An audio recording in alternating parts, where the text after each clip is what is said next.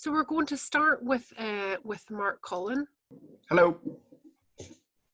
Hello, Mark. How are you? This is Mark Cullen.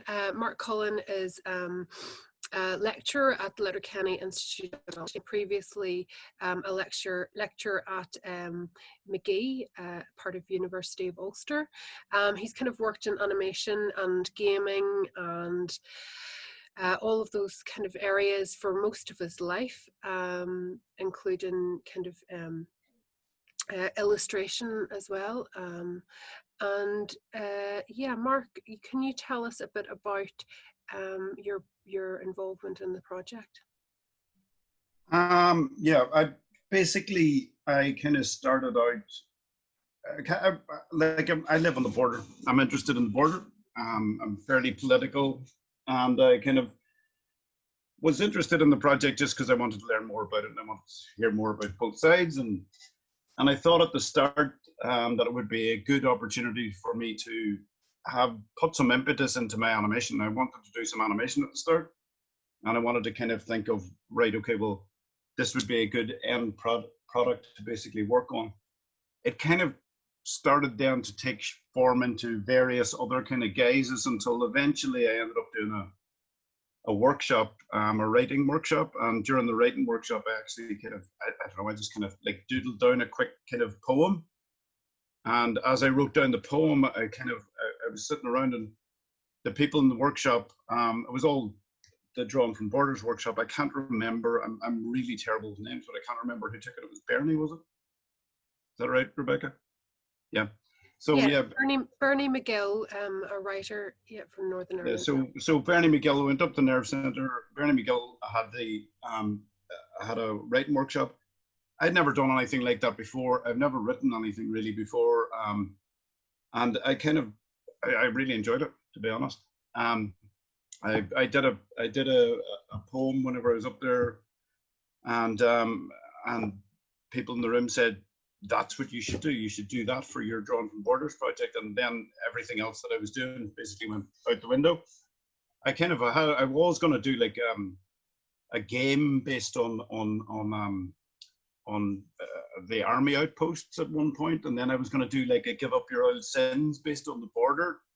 And then I just wrote this poem, and I kind of went, right, okay, well, I'll do an animation based on this poem. And I kind of thought that I would do like an illustrated, kind of a short illustrated piece on the poem. And then I was sitting in the pub one night and I thought, you know something, let's film this and make it into a film. And that was it, really. That's where it came from, you know. But it was all solely to do it was kind of the whole idea and the development and everything was all based on the workshops and based on the Drawn from Borders kind of grip that I had, you know. It was pretty, I think it was probably very close to what Drawn from Borders was kind of initially set out to be, I think, because it was driven completely by Drawn from Borders, really, at the end of the day. Yeah. So, Mark, do you have some of your do you have some of that early work to show us? I do. I have some of the. Will I do a screen share? Yeah, sure. You should be able to do that. So I mean, the early work was basically these kind of doodles in an old book, and so yeah, this was kind of like just the workshop. I'm a messy person and I doodle a lot. So, but you know, you can see here I've got 1, 7, 1, 2. You know, I've got these numbers beside it because I didn't even know what order the lines were. And I tried then and developed into the poem that it ended up being. You know, so that was from the workshop, just that, and you can see even here, I'm actually thinking about the kind of visualization of what this is like. This is somebody stubbing out a cigarette with their boot. So that was the initial kind of stages of it. I presume, I don't know if people have seen the film yet. Do you want me to, will I show the film? It's like 1 minute long. Yeah, I think you should show the film. Yeah. All right, okay. I'll just show the film really quickly here. No, that's not it. Whoops, hang on 1 sec.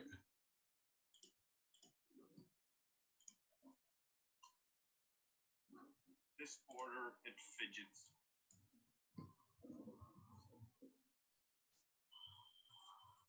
This border, it fidgets, boots twist out cigarette ends in the alley. The door opens and brings the inside out. Tapping fingers on the side of an emptying stout glass, a three-finger pattern. Nervous wringing of hands under tables as tribal politics are discussed in unknown bars. Hands cover mouths, destined for secret thirsty ears. Green beats orange, beats green, beats orange, beats green. Sharpening of knives, readying of gun. Trip switch engaged.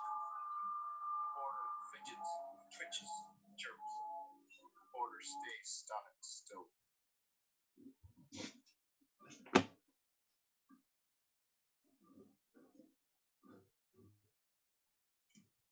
Okay, so that was how the thing materialized. Now, what we were kind of asked to do in the workshop was to basically take a poem that was already written, and I think it was called, I can't remember. The word fidgets was in it, and I really liked the word fidgets, and I kind of thought, all right, the border fidgets, that's grand. But and throughout the workshop, we were told, use your own experiences. Hang on one sec, I'll just stop that noise.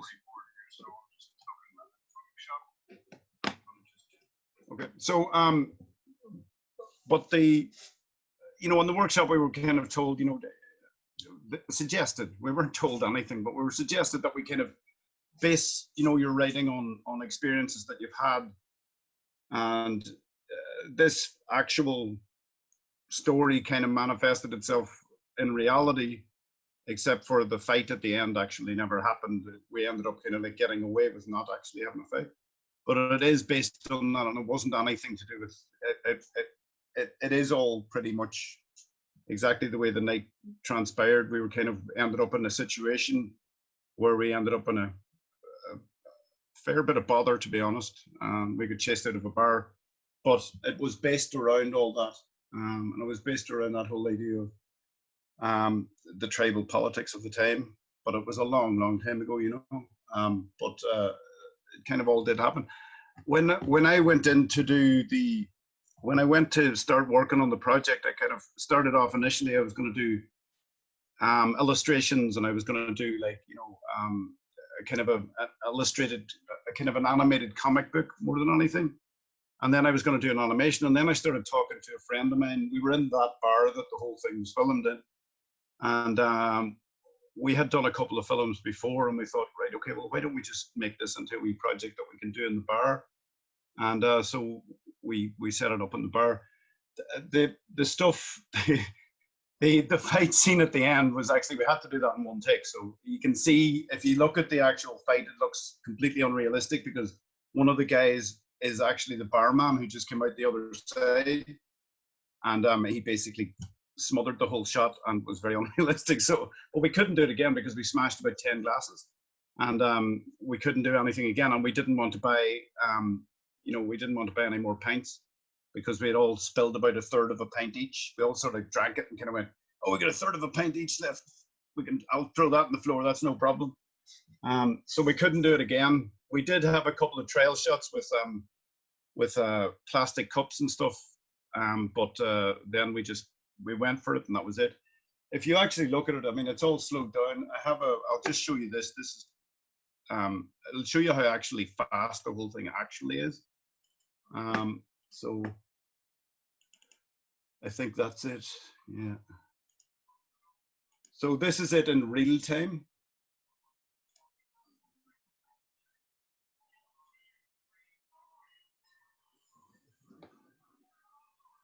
Just from a different angle, so, and we did try and get really into it, and we did try and, we tried kind of to try and keep it real so you can hear us in the foreground. We are actually shouting at each other and cursing at each other across the thing, and then we wrecked the bar. But yeah, I mean, it was all a kind of a fun experience, and I really enjoyed it. But I think that from the Drawn from Borders project, I started kind of writing little bits of poetry since, and just a wee bit more than, you know, a few verses here and there. I won a book for writing one of my poems, and I published that in one of the books. So, but this is all coming again. You know, it's stuff that I would never really touched if I hadn't done the Drawn from Borders thing, really, to be honest. Mark, So, yeah. sorry to interrupt you there. You're just saying that the idea for the film, the visuals of the film came on a friend you actually had, and you mentioned at the start that you're a border artist. So you must have had quite a lot of different experiences of living on the border throughout the years. How did you kind of yeah, like, how do you choose or how do you like kind of deal with all of that? And do you think that writing helps you to figure all that out and deal with it? Because there must have been some scary situations that you got into. I've always been kind of like, I'll say on the fringes of society a little bit. So yeah, I mean, I've ended up in pretty hairy situations. I've ended up in prison for the night and stuff like that. Through various things, mostly just for being young and stupid. Like, but the, you know, most of it, what actually happened with me anyway, is that you end up. I never really saw. I saw the border as a kind of a challenge, and that's the way I always looked at it. I kind of had friends on both sides. It never bothered me whether somebody was from one persuasion or another. The thing that we were doing was basically, you were the enemy was the state on both sides, as far as I could see, the enemy was the border itself. You know, that was the division. You know, so you know, I could go up to Strathfoyle and no bother at all, talk to the boys up there, and I could go over to the Bogside and chat to the boys there. I never had any bother with any of it. The main thing that we all had in common was that none of us liked the border, you know, and I thought that kind of manifested itself in my life. That kind of made like a class of people, and the class of people were just, they weren't really kind of they weren't one, a lot of the time they weren't one persuasion or the other, really. And maybe it's, and I was born in '74, so I grew up, you know, right in the middle of these troubles, and you know, really, I didn't, you know, I never really felt the urge to really join on either side. I've kind of thought that everyone was just against the idea of the partition, and that's all I could see. It didn't really manifest itself a huge amount in my life in that respect. It did influence a lot of, I suppose it influenced my art in a specific way. I kind of, for a period of my time, it was kind of aggressive. I was pretty aggressive, and I liked a lot of kind of aggressive, my art was very aggressive. My music was very aggressive. Everything that I did was fairly aggressive. And then it kind of calms down, you know, you kind of, I don't know, you get older, you get wiser, and you kind of realize that, you know, the world isn't out to get you, and you kind of calm down. But the border, I think, I thought on some levels it brought together, it sounds really stupid, but it kind of brought together working class backgrounds on both sides, and allowed them to have a common enemy. And it gave them a kind of a, I don't know, a way of kind of communicating with each other that you could both kind of dislike the same thing, you know? It was a way of kind of, I don't know. I thought it brought a wee bit of camaraderie to it. I don't know. What did you read the poem to the guys in the bar? I did. And And a couple of the guys that were in the situation, they read it and they were going, "Are you talking about that time up there?" And I was going, "Yeah, I was actually."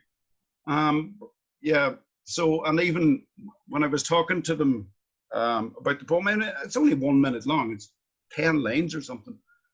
But I think there's kind of it's a common theme. I think everyone has been in a kind of a similar situation. I think to give it a bit of a crescendo, I brought it into like an argument at the end, which maybe might not have been necessary, but I thought I really wanted to do it. I wanted to do something like that had like a good crescendo and a good kind of ending.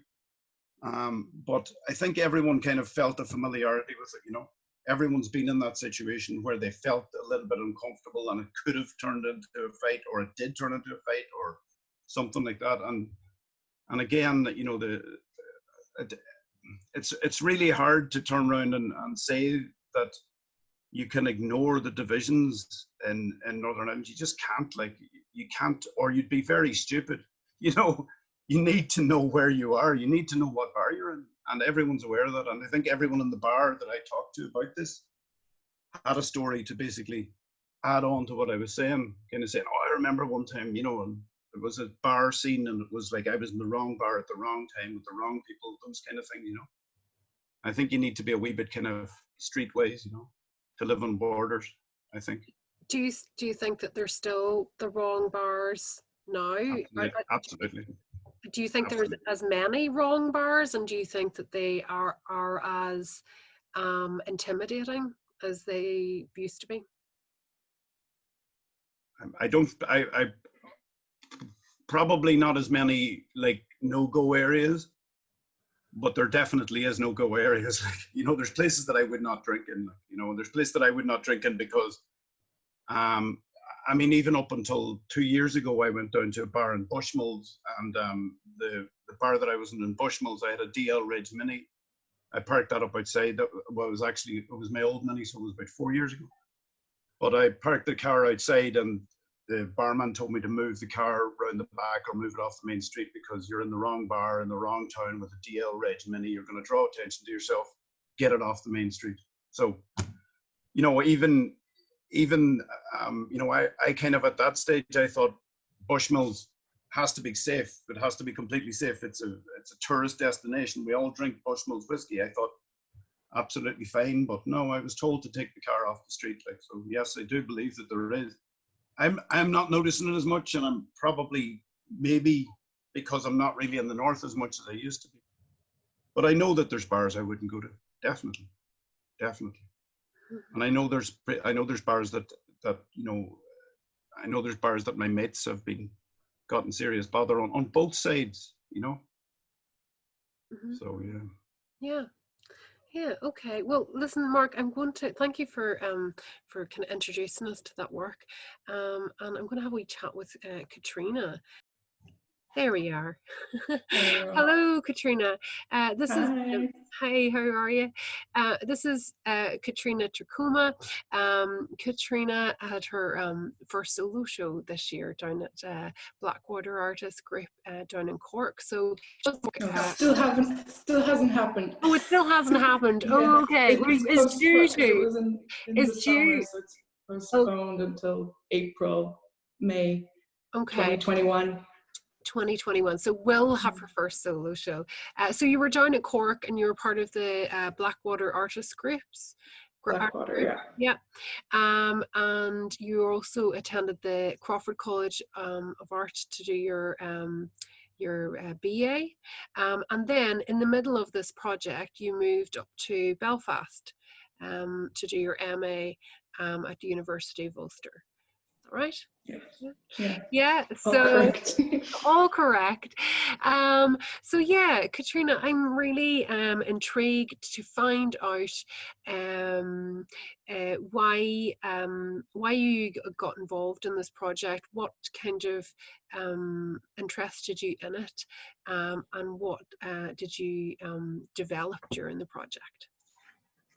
Yeah, so my interest is basically twofold, I'd say. There's a part of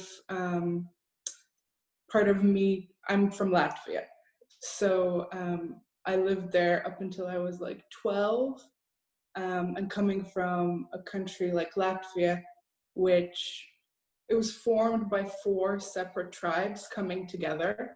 And then it was overtaken, invaded, occupied by so many countries in Europe, Poland, Russia on several occasions, Sweden, Germany, and with all those historical events, also came over the takeover of language and religion.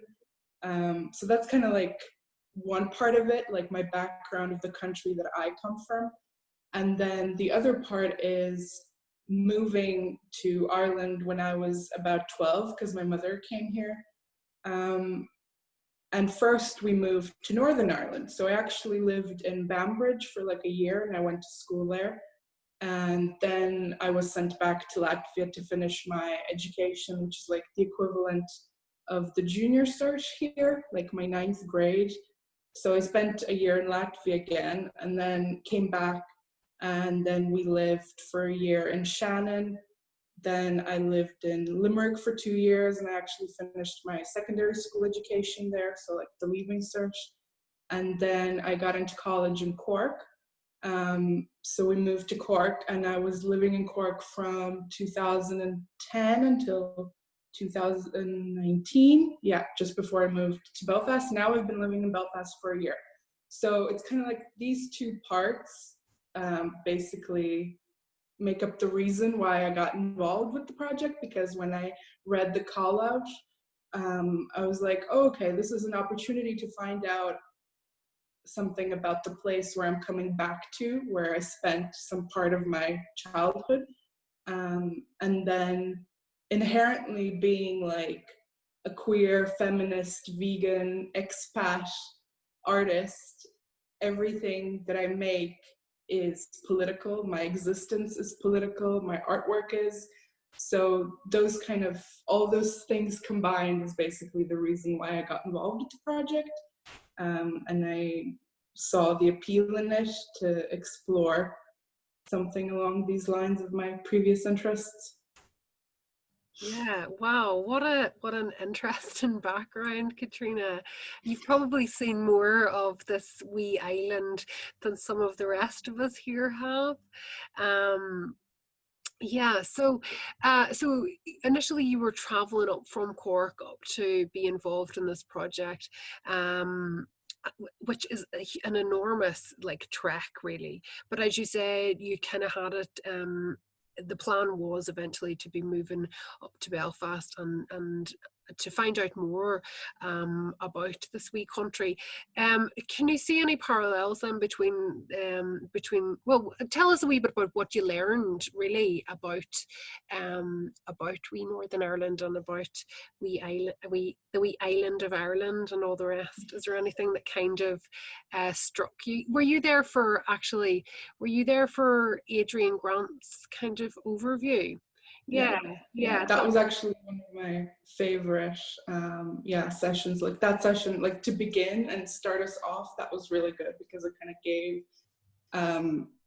a general overview of the history, and like it was more factual because when I went to school in Northern Ireland, I was only there for a year, and I don't remember specifically that we had like a history class on the Troubles, or like we had like more of like a history, like a general, you know, it wasn't, yeah, in my memory anyway, it wasn't like I remember specifically being taught about what had happened here. I knew because, you know, it's like in the zeitgeist, like everyone, like, you know, but it wasn't like I was very much taught or informed. So that talk was great, because then obviously going to school in Limerick, my only memory, I don't think I even did history at that point for leaving cert. My only memory of anything to do with the border in Northern Ireland was our English teacher actually. She was like, for months and months and months, we were reading this book. It was by Brian Moore, Lies of Silence. So that's my most vivid memory, you know, of being taught or informed in some way. So obviously moving here and then wanting to do this project was sparked by, you know, like I should know more about this, and because I can also relate, you know, might be from a different country, but so many countries, not just Latvia and Ireland, have the same story of, you know, invasions, occupations, and territorial takeover. Like that's just history, and it's just, you know, good to know How do you history. think? How do you think that's impacted contemporary Latvians now with the whole kind of, like being taken over and occupations and, do you think that's affected them, or how did that? I mean, definitely, yeah. And it's also it's quite, again, I have an interesting perspective on this because even though I'm Latvian and most of my family is Latvian, like my father's father was Polish, so I went to a Polish school in Latvia. And then on my mother's side, so my grandmother's, there's connections to Russia, and obviously Latvia was occupied by Russia on several occasions. So there's like a whole subcategory group of people called Russian Latvians. So I'm kind of like mixed in all of this, and knowing even further back the heritage of my family. I'm basically an example of what a person maybe living on a border here would be like, but in Latvia, because I have like this mixture of all these, you know what I mean? Like I'm not neither one or the other. I'm a mixture of these several things. So that kind of also made me relate to the project. And like, obviously it's not my history or my heritage, but it's kind of similar. And I saw that, you know, it's like, this is a good opportunity to make some great work. And I even made a note. I was looking back actually yesterday through this little sketchbook that I kept, you know, for the project, and I was taking with me. And there's like, from the very first meeting, your creative response to the border, and it's like highlighted in a big cloud. It's like, this is what you want from us for this project. So I like felt, you know, because you kind of feel when you're an outsider coming in, you do feel a little bit of that like inadequacy of like, oh, I don't know, do I belong here? Should I take part? Do I have a place? Should there be, you know, that's why I was kind of also holding off on possibly doing this talk, because I kind of wanted people to, you know, the voices be heard from people who actually like live here more, and that's like their heritage. So to give them a chance to speak up, but then there was a space left, so I was like, okay, I'll do it. Yeah, absolutely. And I think it's really nice actually that it's yourself and Mark kind of talking today, because yeah, like it's kind of a good contrast of somebody who lives here, even though yeah you live here, but like that your background is in several other places. Yeah, so for this project you were working on the grey wolf. I remember that was one of the first things that you kind of shared with us, was this painting of a grey wolf. Tell me more about the grey wolf, because maybe not all of us are aware of that. Yeah, so I think I can show you the painting. So I'll Okay, wonderful. Yeah, I can okay. screen share and talk. Here we go. Let's see. So, okay, yeah, we are. Cool. So this is my little file with all the images. Yeah. So yeah, the first first piece of work that I made was this oil painting. So in about third year of Crawford, my kind of end of year project was to make a series of paintings on the extinct animals of Ireland. It's an ongoing series, so it's not finished yet. And kind of, I never finished this painting for my third year show. I had quite a lot of them, and I had a few that were not finished. So I had this painting kind of started, and then I came upon this project, and I was like, okay, this would be the perfect time to finish it. And there's obviously wolves existed in Ireland, and then they were eradicated, and there's multiple reasons for that. And through the history, it's a big loss basically to the biodiversity of this island. And so my interest kind of in the species came from the ecological perspective of this, but also as a symbol. The wolf is kind of lost to the Irish people. And what I've actually noticed quite a lot, living here in Belfast now in the city, there's an awful lot of like graffiti and murals of wolves, which I find really interesting. And then there's the whole thing of like, where was the last wolf in Ireland killed? So I remember like literally on my first day on the MFA course in Belfast School of Art, Dan Shipsides, one of my tutors, Yep. he told me that the last wolf was literally killed like just outside Belfast.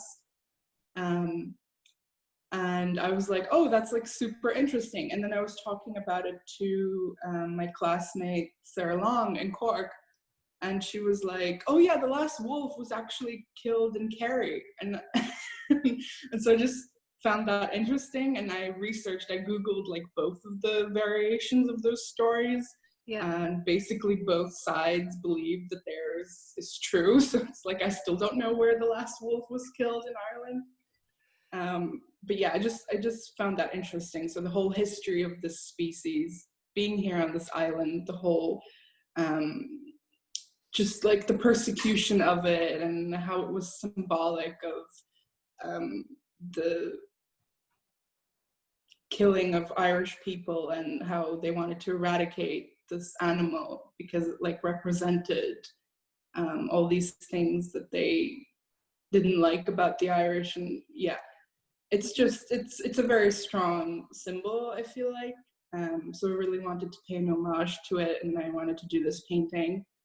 And then throughout like developing the project, obviously like I painted this in the summer, so it was literally just at the beginning. I think I started painting it even before we had the very first meeting. Yeah. So it was kind of really lacking any input or information from the project itself. So then I kind of diverged from that into what I created for the exhibition. Yeah. Have you got you made paintings for those? Have you got some of those? Yeah. So I can talk a little bit about that. So I've made a zine before in college. It was actually already after fourth year was finished. It was just like a project started my tutor. And so I really enjoyed that process. And I found the idea of zines and like why were they created and how they're distributed is also inherently as a political vehicle, as propaganda. So I just felt that was quite appropriate. So I was like, okay, I want to do a zine, and I don't have an access to like a print studio, or I'm not part of a print collective, but I did make print during college and I quite enjoyed it. So I was like, okay, there's this opportunity to have this print workshop with the Drawn from Borders project. I should take it up to develop my print skills. So from that, with that in mind, after several of the talks that we had, like with Adrian, and then from the introduction to the museum archive with Bernadette Walsh, and then also that talk with Caroline Luberstein, is that her? Luberhuisen, I think. Luberhuisen, yes. She was doing her MA research on cultural anthropology, I believe. So she was, I mean, I missed some of that talk because of just traveling came in late. But the resources were there anyway. And from most of those talks, and obviously having been involved with the project for the past months, I got the ideas for the images. So one of the main images is this one of the two cows. And they have, the one on the left has like a tag in its ear that's the abbreviation for Ireland, IE. And then the one on the right has a tag in its ear that's the abbreviation for Northern Ireland, NI. And they're kind of like reaching towards each other, but they have like this invisible separation between them, which is the natural crease in the paper. It's a fold, it's like the natural border. And these are my gay lover cows, as I call them. So obviously, my first, maybe I should mention this, my very first exhibition out of college, and like my first proper real group exhibition that I participated in took place in Belfast. And it was a queer art exhibition for Pride Month. So my first kind of experience of coming back to Belfast, to Northern Ireland after living here 13 years ago, was actually a year ago or 2 years ago before I moved here. I know it's confusing, but yeah, we lugged this giant 1.5 meter by 1.5 meter painting on the train from Cork to Dublin, and then from Dublin one station to another train station, and then to Belfast, and then from Belfast train station to the exhibition.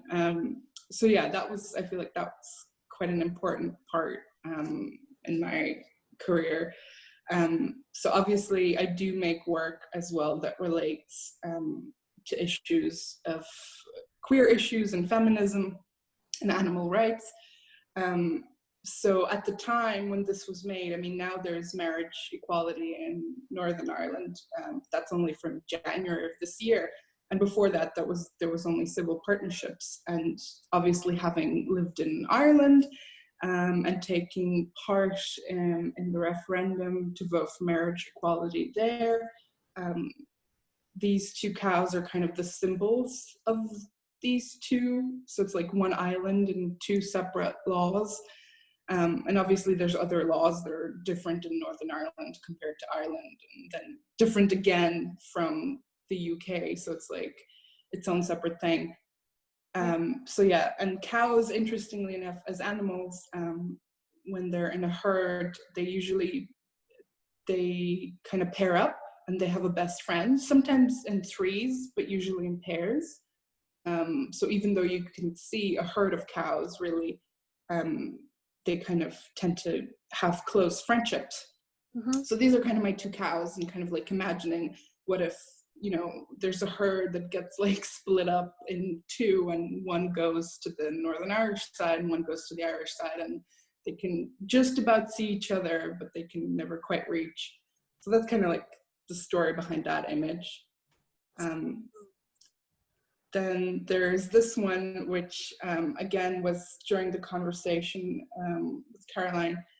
There was a talk of cats, and like somebody was saying how like, oh, what if you know, if after Brexit, and what if you're gonna have to need a passport for your cat, and all these other things, like what if your cat crosses the border, how they can do that, and then you possibly can't, and all these just like musings.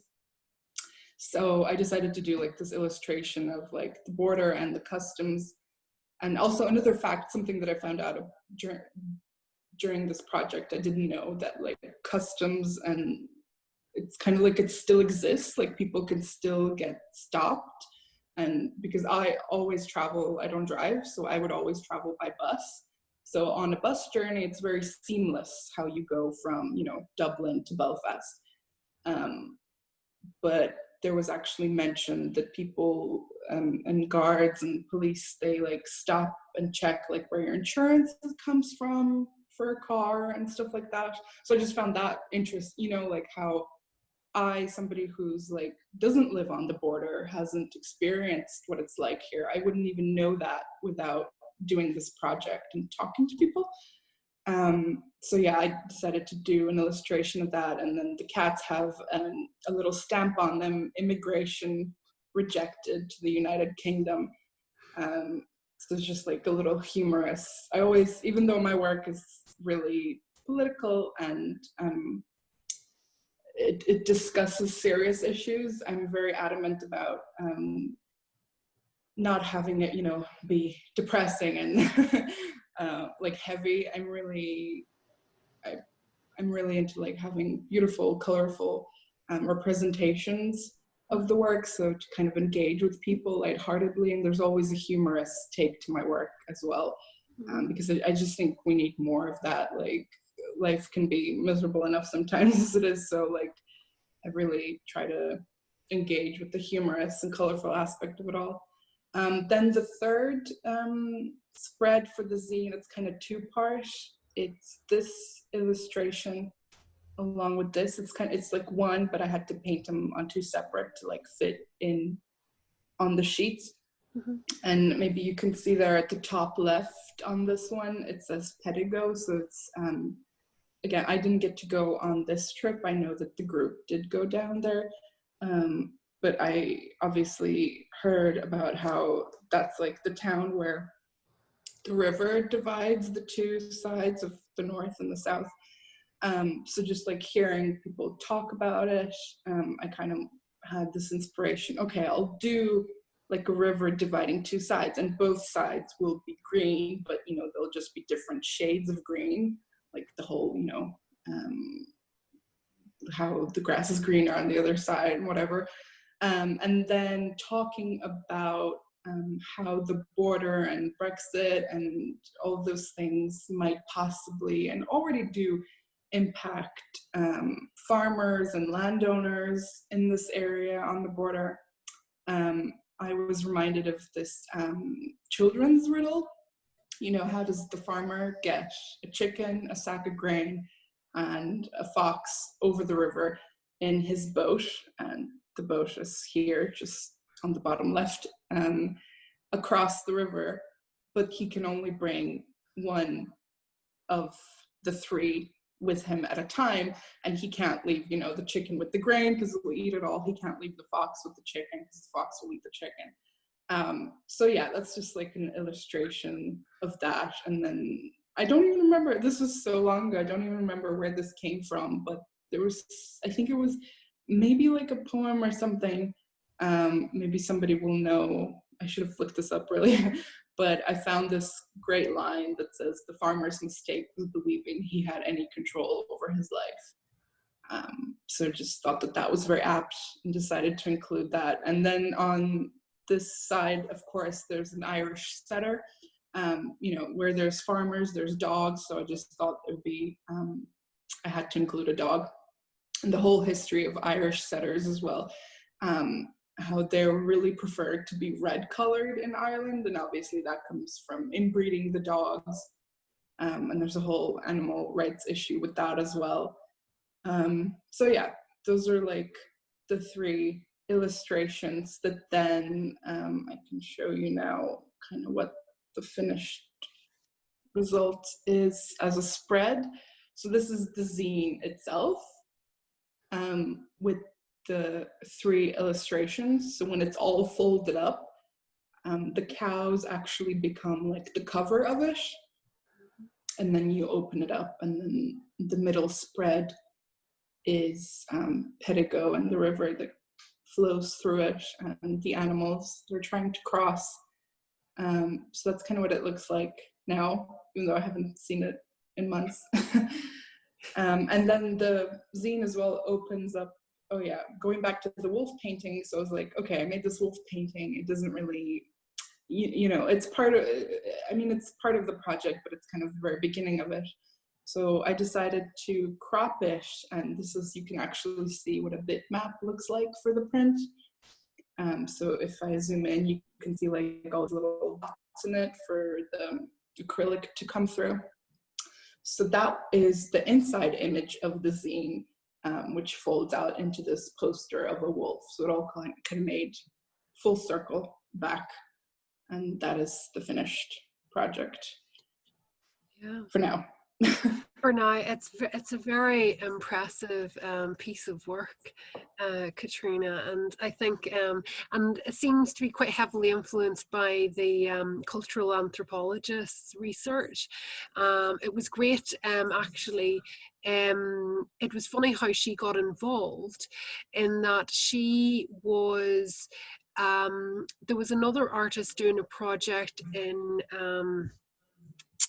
just outside Derry, begins with K. Calais. He was doing a project in Calais about the European Union and that kind of thing, and he had asked everyone to bring a mirror, and what happened was that she had come to that, and she had met someone off the Drawn from Borders. I think Anne, was it you, Anne? Yeah. So she had met Anne, and then Anne had told her a bit more about what we were doing. So it was great to kind of make that link. There seemed to be quite a few things going on about the border at the time, and so it was really nice to be able to make those links with people. And then she came to Clady with us. the day we went there, and then she came to the Tower Museum and kind of shared her research with us. A really important kind of research, I think, and spending time with those farmers, and really interesting to hear about how things are for them.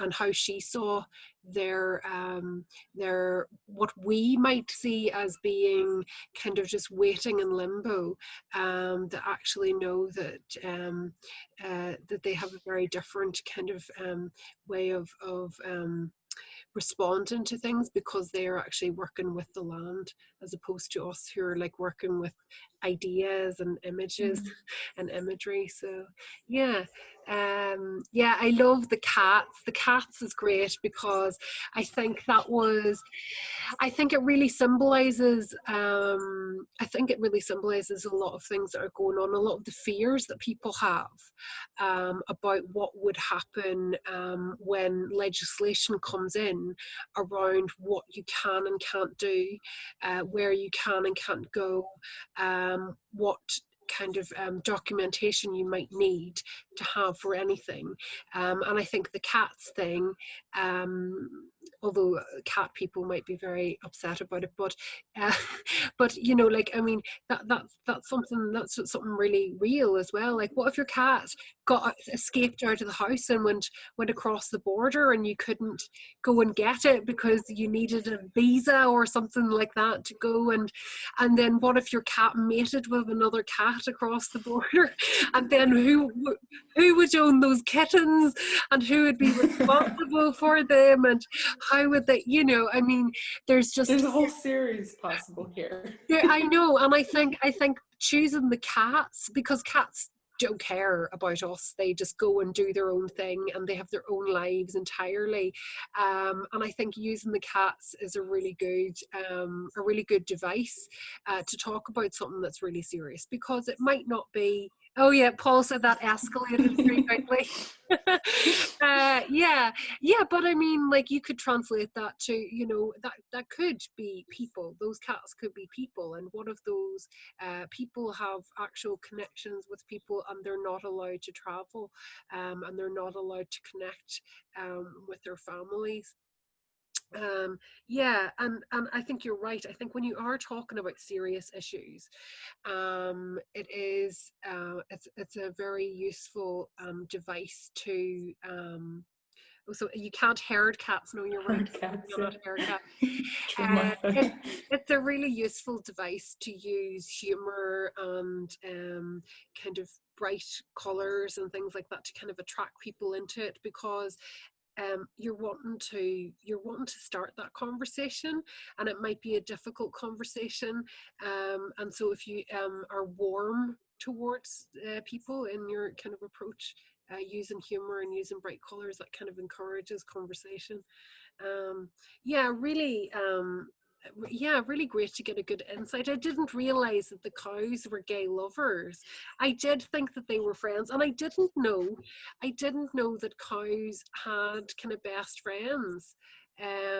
That's really lovely, and also really sad as well, because they get traded around all over the place as commodities, and yeah, it's sad to think that they could lose their wee friends, but it might be like Black Beauty, and they might all, like, you know, get treated really well when they go to the new place, and it might be worth it in the end. Thank you so much for that, Katrina. I'm going to. Oh, cows groom each other as well. All right. Yeah, they do. Yeah, I suppose. Yeah. Yeah, because they're enormous, so they can't reach all parts of themselves. So yeah, I think they probably would need some help out with that. Listen, guys, I'm going to open it up to the rest of you. If you have if that sparked any kind of ideas with you, or if you have any questions. I'm just going to check in the chat box to see if there's any specific questions. A lot of good feedback from the workshops. Interestingly as well is that yourself, Katrina, and Mark, both of your works came directly out of the workshops on Drawn from Borders. So that's a really nice thing that that the project was able to do, that was able to provide you with. Oh, Anne has a question for Katrina. Right, I'm going to let you go there. Yes. Thank you. Katrina, I just wondered in the actual exhibition how you will, what you'll actually show. Like, will you just have one copy of the zine, or will you have several copies? And will you display the artwork as well with it? Yeah. Well, I think in total there was about 30. I'm not sure. I think I remember Martha saying how many, because she was actually the one taking photos of them graciously. So yeah, I was thinking all of them probably, and I really want them to be tactile and for people to be able to pick up and look at them, you know, not just be like posted on a wall or put on a shelf, do not touch, do not engage. I want people to have that kind of possibility, because they're hand printed, so they all have variations within them, because yeah, just because of the process. So I'd say all of them. I don't know about the painting anymore, because I'm not sure if it goes together with the zine, but like it's kind of great to have that online exhibition as well now, because I don't know, now I'm thinking maybe I should have put the painting in the online one, and then I should have put the zines in the real one, but I put the zine in the online exhibition. But yeah, I don't know, figure that out. But yeah, basically I want to have them all, and to have them be approachable for people to look at. And I kind of like, ideally I'd want them to be able to give them out to people, but that's kind of like depending on funding, you know.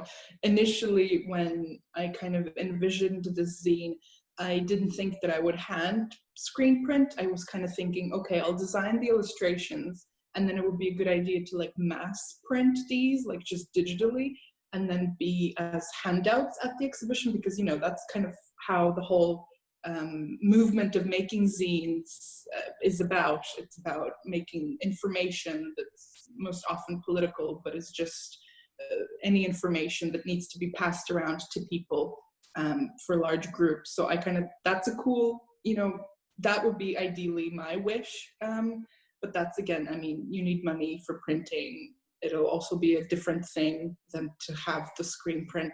So for this exhibition, yeah, I just see them as just being on a shelf possibly, and just being like very approachable, and for people to look at them, and at least 30 people at a time can look at one. If not, go away with one. Thank you. And I think that Marion has a question for Mark this time. So Marion.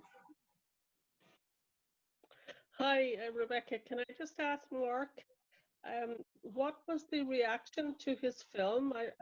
I really liked his film. I thought it really was very effective. Well, then I'm a fan of the short story, so I suppose I like small, short productions of any kind that really make the point very strongly. And I just wondered, was he planning to continue in that vein, or make more of I'm a fan of short film as well, purely down to budgetary constraints and the and my own kind of ability to find people to get involved in it, I suppose. But you know, yeah, I mean the film, I haven't really shown it to that many people other than the exhibition, the online exhibition. I haven't really shown it to that many people.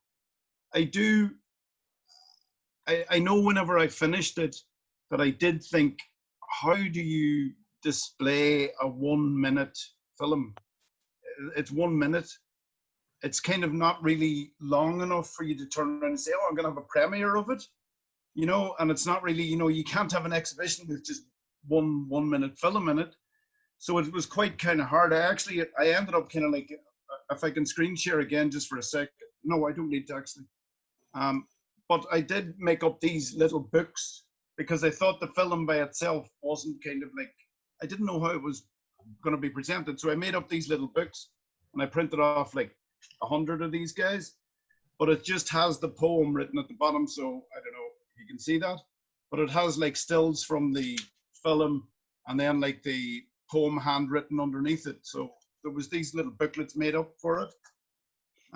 Yeah, I mean, I'll definitely do more of the short film side of things. I really like the, you know, I like the format, and I really enjoy short, sharp, interesting projects, you know. And I would prefer to do that than big, long, you know. I'm working on a project now at the minute, and there's like 45 animations that I've worked on, and the thing is just unwieldy. It's too big now at this point, and I don't know. I've lost interest in it 2 years ago, you know. So yeah, I like short projects. I like getting them done, and I like finishing them. Yeah. Thank you, Mark, and thank you, Marion. Moira, you have some questions for, or observations really, for both Katrina and Mark. You need to unmute. Okay. Okay. I like both. You know, like all the work. It's really interesting, and just some wee observations really on the artwork we're saying. So Mark's, I'm really interested in the way it's very theatrical. You know, it's got a very intense sort of theatrical quality to it. Almost reminds me of a scene from a play, or you know, and thinking about it reminds me of, you know, those sort of things to do with like Angry Young Men sort of things, like maybe Look Back in Anger, or John Osborne, or I was also thinking about Frank McGuinness, Sons of Ulster. There's this sort of intense emotion sort of thing with it, and you were talking about ways of showing it, and I was just thinking about the scale of it. You know, we've seen it on a small screen, but it'd be quite interesting to see something like that, almost like an installation, where it's, you know, you're actually in the midst of that sense of like the threat or the feeling of it, you know, because I think there is a lot about the lighting and the very sort of dramatic quality of it that's really interesting. And it also just made me think too of somebody like, you know, Willie Docherty's installation, and that sense of like tension and fear, you know, in the work. I'm super flattered. Oh, Mark, I've muted you. No, I'm super flattered that you're mentioning me in the same even conversation as those people that you've mentioned. So yeah, that's cool. And I love the idea of doing it big. I actually did, just as you were saying that, I was thinking, right, okay, well, you were talking about scale, and I thought it'd be amazing to do this like and project it onto like the side of like a burnt out building or something like that, you know what I mean? And bring the environment, or do it in an old ruined shack or something, like out in Fort Dunree or something like that, you know, out in one of the shacks, and kind of having it so that everything is completely raw and everything is kind of, you know, that, and making the whole experience kind of part of it. Still, again, what do you do if it's 1 minute? You know, people are walking out there to go and see a 1 minute film. I don't know. I don't know. I'm weird. I don't know much about it. So I don't know how that would work. But yeah, thanks anyway. Well, okay. And I just want to say too about Katrina's. I really liked it as well. I love the idea of the fanzine and that sort of hands-on, and the imagery is so lovely, so light and playful. I think the way you produce those pieces, they're really beautiful. And I love the two cows, almost like the imagery starts to look like you know, the landmass or something when you're looking at the two of them together. It looks like you're looking, and especially when you have it sort of alongside that image with the river below it, it starts to look like a map. And I think it is really, as you're saying, it's really important that it's a tactile thing, that people handle it and you can open it up and you can see it upside down or in different ways. It seemed really, I really like that. And also just thinking about maybe a wee bit the connection after Mark was that sort of idea that it'd be interesting to see some of those works animated. Be really nice too, like turning towards animation. Even like the flow of the watercolors or something in them could be beautiful. Yeah. But thank you so much. Yeah, that's great.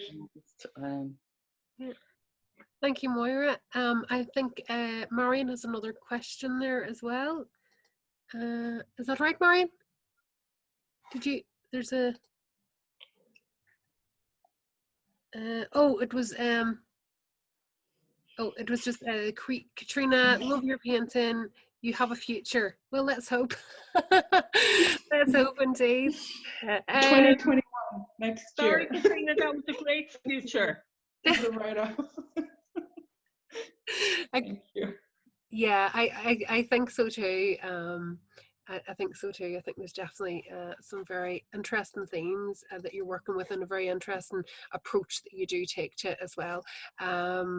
Possibly because of your background and experiences, which is very unique. I mean, I know all of us have unique backgrounds, but I think being able to draw on that and to be able to be open about that and to share that and to kind of address things is really quite brave. Yes, sorry, Marion. Yep, I got you. Sorry, Rebecca, my texting got cut off there. What I was saying to Katrina was I thought she has a great future as a painter. Oh. I love painting. That's what I was trying to say, but it was anyway. That was texting. I had another just a quick question for Mark. Yeah. His illustrations for the online exhibition were fabulous. I just wondering, he had some of them for sale and some of them not for sale, and I'm just wondering, are the ones that are not for sale, is there some reason they can't, people like me can't buy one? If no, to be honest with you, I was just kind of thinking, I was kind of working out how to make an online shop, and I thought if I put too many on it, I'd just confuse myself. So, I mean, they're all for sale. You know, you want to print, I'll knock you up, no problem. Yep. Lovely, thank you. All right, no problem. Okay. So guys, just yeah, Paul just saying great work, guys. Looking forward to seeing Katrina's zine in person. Really looking forward to this the exhibition in 2021, and I think all of us are looking forward to the fact that things look like they're slowly kind of coming back to some sort of sense of normality, and all of these things like being able to go to an art gallery, things that we just kind of took for granted maybe now will become really, really special, and we'll really appreciate it.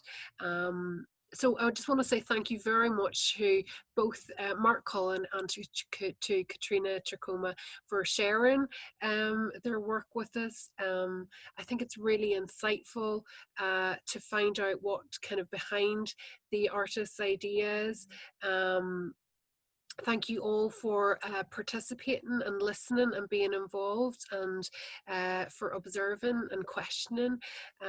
Keep observing and keep questioning. Yeah,